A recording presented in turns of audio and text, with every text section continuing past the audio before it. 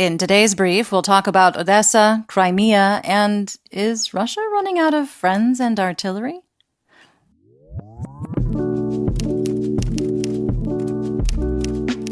I'm Linnea, and today is Monday, July 24th, 2023.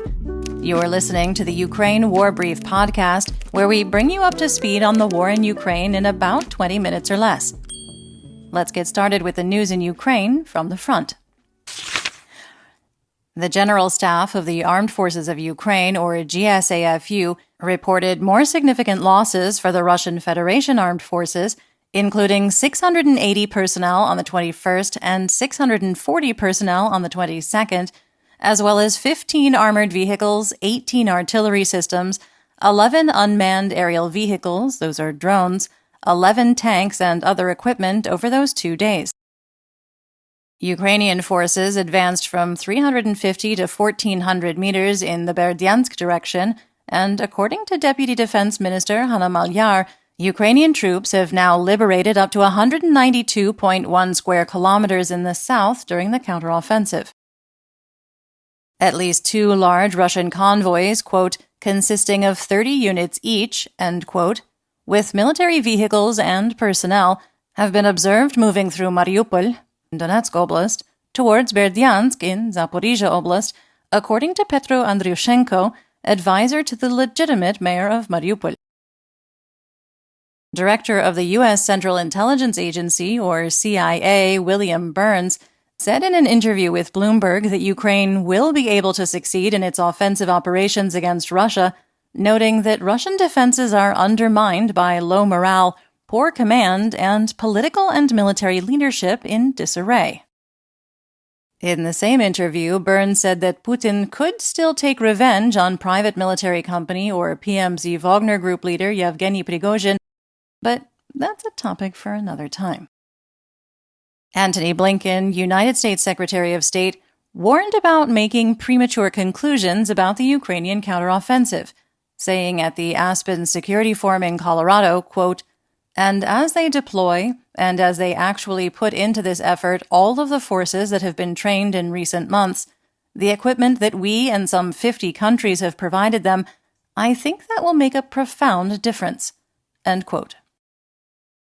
The Ukrainian armed forces have the means to drive the Russian Black Sea Fleet out of the Crimean zone, according to Ukraine's Deputy Defense Minister Volodymyr Gavrilov, who added that the military initiative along the entire front line now belongs to Ukraine, saying, quote, "It is important that we advance every day, sometimes by 100 meters, sometimes by a kilometer. Every day we snatch back our territory, we gnaw away the first and second lines of defense." End quote. Alexei Reznikov, Minister of Defense of Ukraine, told CNN in an interview that he believes Ukraine will win the war and can be admitted into NATO by July 2024. Moving on to the home front, Russian forces once again struck an agricultural facility in Odesa Oblast, hitting grain warehouses and machine storage with Caliber cruise missiles overnight between July 20th and 21st. Operational Command South spokesperson Natalia Homenyuk reported that the missiles used a terrain feature allowing them to fly at a very low altitude, making them very difficult to detect, so there was very little warning. Local officials reported on July 21st that in the previous 24 hours, Russian attacks had killed 7 people and injured 9 in Donetsk, Kharkiv, Odessa, Zaporizhia, Chernihiv, Dnipropetrovsk, Kherson, Luhansk, Mykolaiv, and Sumy oblasts. At least 4 civilians were killed in a Russian attack on New York. In Ukraine, it's in Donetsk Oblast. On July 21st, and a cultural center in Chernihiv Oblast was hit by a missile strike, killing an employee.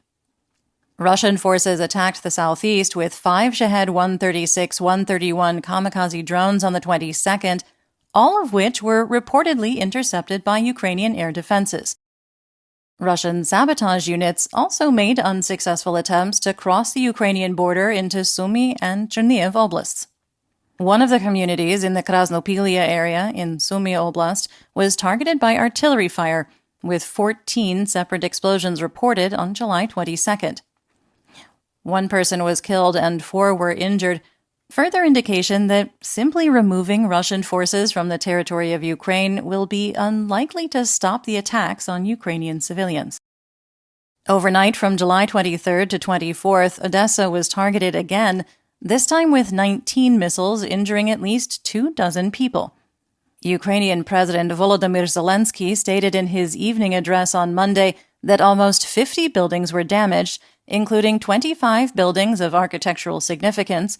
Remember, the historic center of Odesa is designated as a World Heritage Site by UNESCO, and the Greek consulate.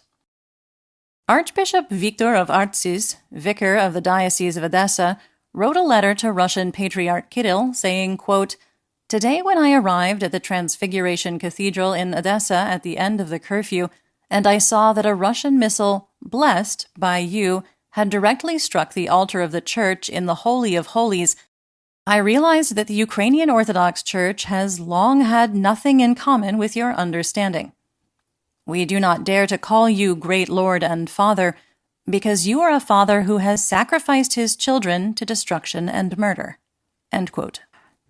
Russian forces shelled the village of Pishchane in Kharkiv Oblast on the 24th, injuring 4 people, including a 12-year-old boy. According to the Institute for the Study of War, or ISW, the Russian military is targeting Ukrainian ports in order to escalate tensions around the Black Sea Grain Initiative, quote, adding to the sense of urgency that the Kremlin hopes to create, end quote, to win concessions from the West. Ukrainian cabinet ministers will nationalize the bank belonging to Ukrainian-born Russian oligarch Mikhail Friedman, according to a July 21st announcement by the Finance Ministry, noting that the withdrawal of Sense Bank from the market would be to, quote, ensure the stability of the financial system of Ukraine and protect the interests of depositors and other creditors of the bank, end quote.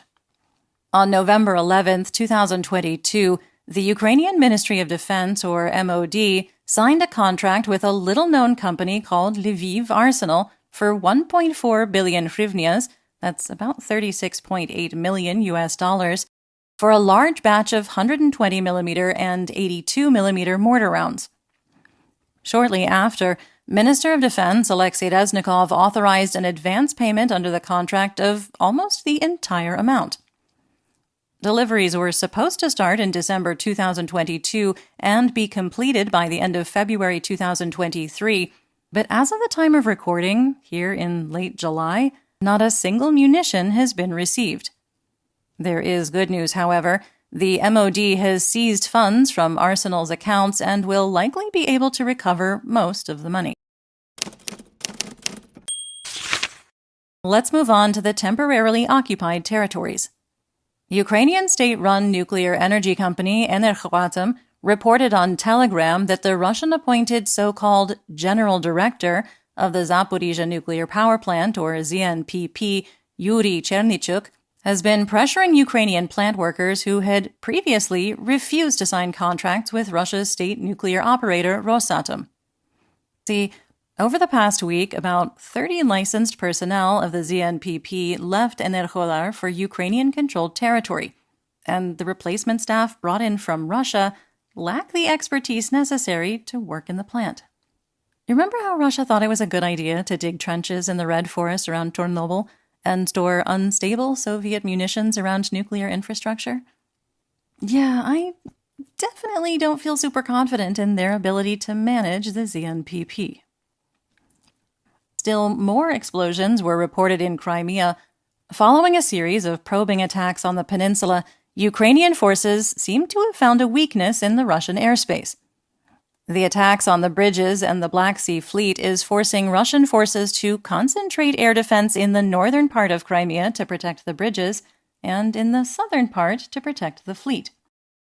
A Russian oil depot and airfield were destroyed in Oktyabrsky, deep into Russian airspace, on July 22nd, resulting in huge fires and numerous secondary explosions, according to local reports.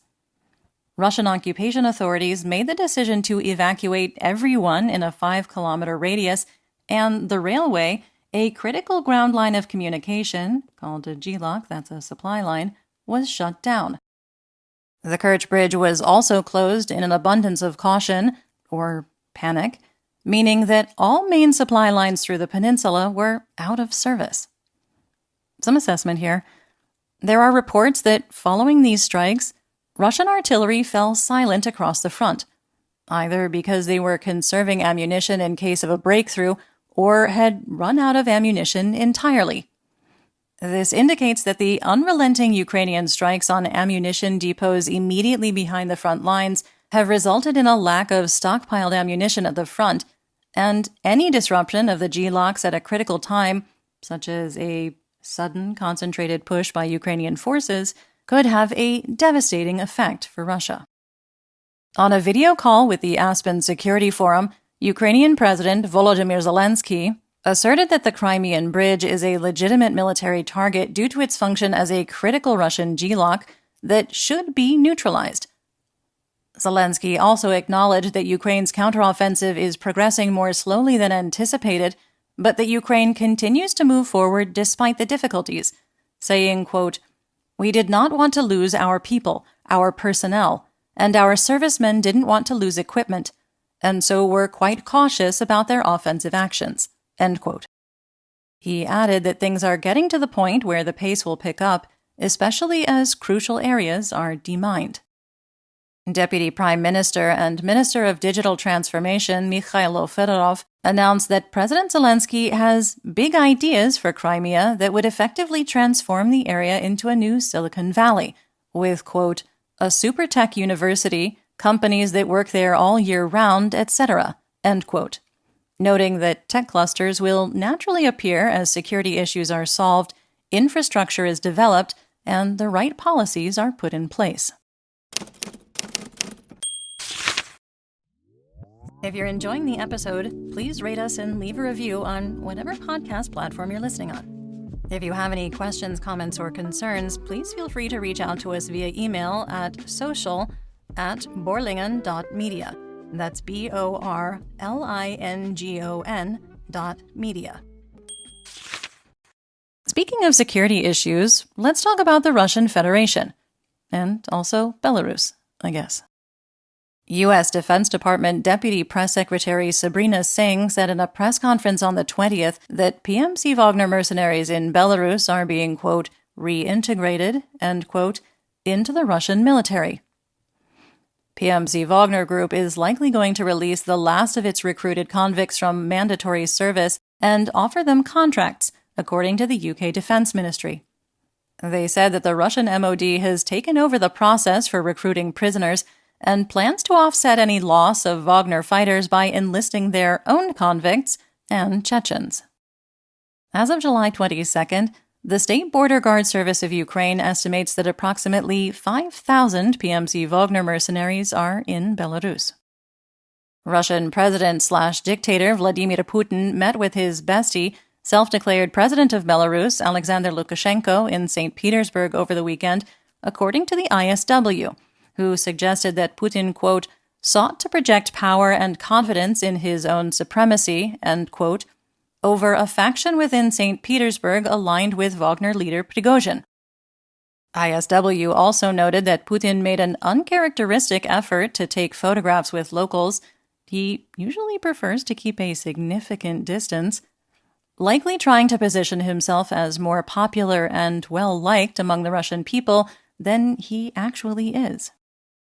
Russian school children will be, quote, offered coursework studying, quote, the types, purpose, tactical and technical characteristics and structure, conducting reconnaissance of an area, and ways to counter UAVs, end quote, according to the Russian MOD.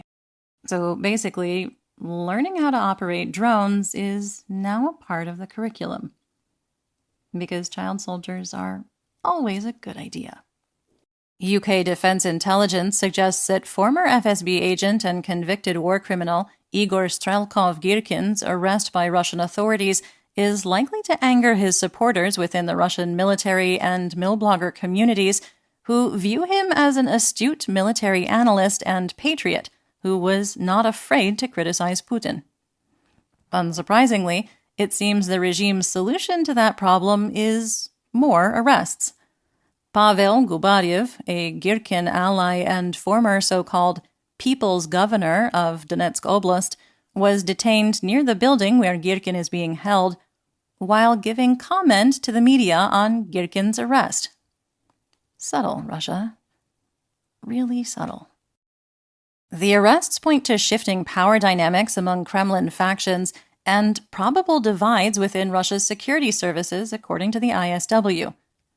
See, Girkin was charged for his vocal criticism of Russia's military leadership during the large-scale invasion so far, but his ability to avoid consequences over the past year and a half indicates Girkin could have had backing from anonymous Kremlin sources, potentially in the FSB intelligence service.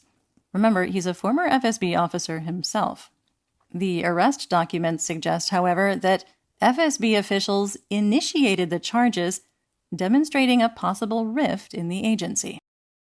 Photos emerged on social media of warehouses on fire in the Rostov region of Russia. No further information was available at the time of recording. 2 drones reportedly hit central Moscow early on July 24th, with fragments of the UAVs later found roughly 2 kilometers from the Russian MOD's main building. Russia claims the drones were neutralized by electronic warfare, but regardless, 2 office buildings were struck by the drones. An anonymous Ukrainian defense intelligence official told CNN that Kyiv is responsible for the attacks, but as of the time of recording, there hasn't been any confirmation of that. The Russian Ministry of Foreign Affairs has threatened, quote, tough retaliation measures, end quote, and honestly, that's just what we've come to expect at this point. In European news, Ukraine's Minister of Foreign Affairs, Dmytro Kuleba, urged the European Union to expand all available pathways for the export of Ukrainian grain following Russia's withdrawal from the grain initiative. During a meeting of the EU Council of Foreign Ministers, Kuleba stated that, quote, we need to open all doors instead of keeping some of them closed, end quote, emphasizing the importance of so-called solidarity corridors. Hungary announced its opposition to the EU's proposal for a long-term military support fund for the Ukrainian military, saying that it would object to the fund until Ukraine removes the controversial Hungarian bank OTP from its list of war sponsors. A quick reminder, this is the same Hungary that has argued Ukraine should just stop fighting. Russian Foreign Ministry spokesperson Maria Zakharova said during a briefing that the proposed Rheinmetall plant for the production of armored vehicles in Ukraine would be considered a legitimate target for the Russian military. The CEO of the German arms company, Armin Paperger, responded in an interview with Bild, quote, try me, bro. Okay, maybe not exactly, but he did say that Rheinmetall would not abandon its plans to set up a plant in Ukraine and that they would be protecting it from attacks with air defense systems of their own manufacture because, actual quote, for us at Rheinmetall, the key task is to support our Ukrainian partners in the fight for freedom and democracy and to meet their urgent needs as soon as possible, end quote. When gaslighter-in-chief Putin remarked that Joseph Stalin, quote, gave land to Poland, Polish Prime Minister Mateusz Morawiecki was aghast, saying, quote, Stalin was a war criminal responsible for the deaths of hundreds of thousands of Poles. The historical truth is beyond doubt. The Russian ambassador will be summoned to the Ministry of Foreign Affairs, end quote. Putin may have a selective memory, but Poland sure doesn't. Let's talk about the news worldwide. In a fun plot twist, Russia's enablers are setting some boundaries. First, on July 17th, the South African State Prosecutor's Office received an official request from the South African Ministry of Justice to arrest Putin if he shows up in the country.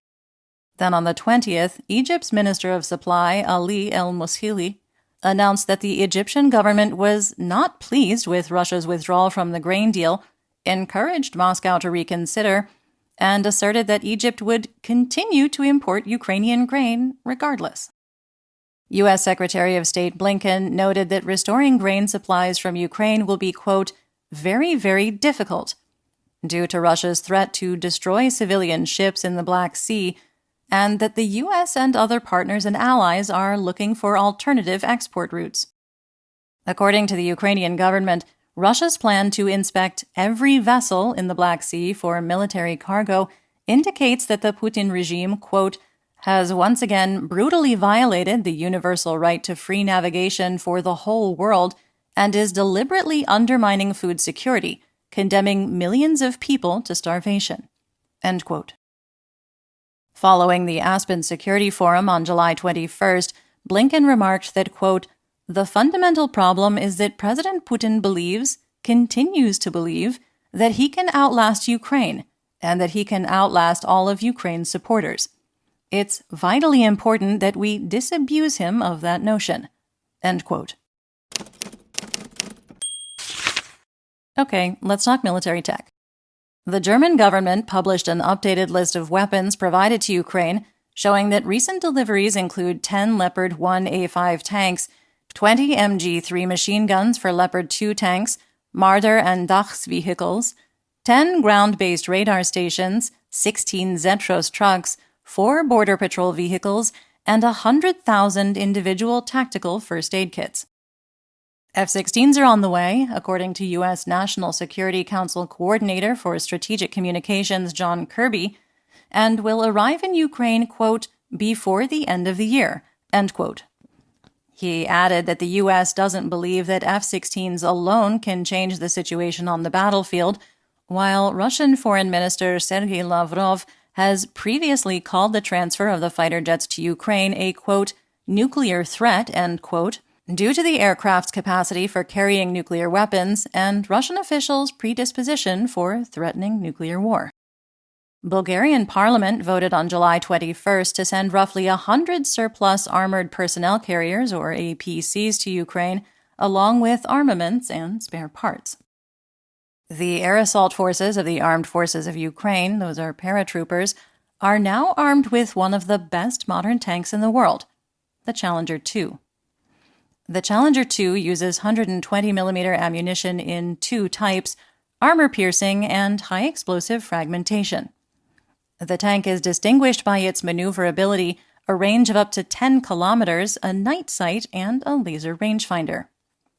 Some assessment. The Challenger 2 is a tried-and-true design that balances firepower, maneuverability, and survivability, that is, how likely a crew is to survive an attack on the vehicle, perfectly. Unfortunately, Ukraine has a very limited number of them. And while it is more accurate and has a longer range than other Western tank designs, it accomplishes this by having a rifled 120mm cannon that uses 2-piece ammunition that is completely different to that used by either the Leopard 2 or the Abrams, further complicating Ukraine's procurement and supply. All of that said, the Challenger is a formidable piece of kit that no Russian will relish having to face. President Zelensky discussed long-range ATACMS missiles with U.S. President Joe Biden, according to U.S. National Security Advisor Jake Sullivan. The U.S. is considering providing Ukraine with long-range missiles, but a decision hasn't been made just yet. The United Kingdom announced a new aid package recently, and of note is the inclusion of Malloy UAVs, large quadcopters that can be used to move equipment and weapons, and even evacuate wounded personnel. While continuing to push for F-16 fighter jets, Kyiv is also reportedly requesting Sweden's JAS-39 Gripen, which some experts say could be a better fit for Ukrainian pilots who are used to Soviet-era jets. For a brief rundown on Gripens, check out our Substack. You'll find the link in the description.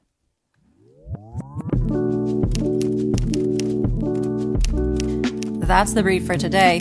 Remember to check your sources and don't fall for propaganda.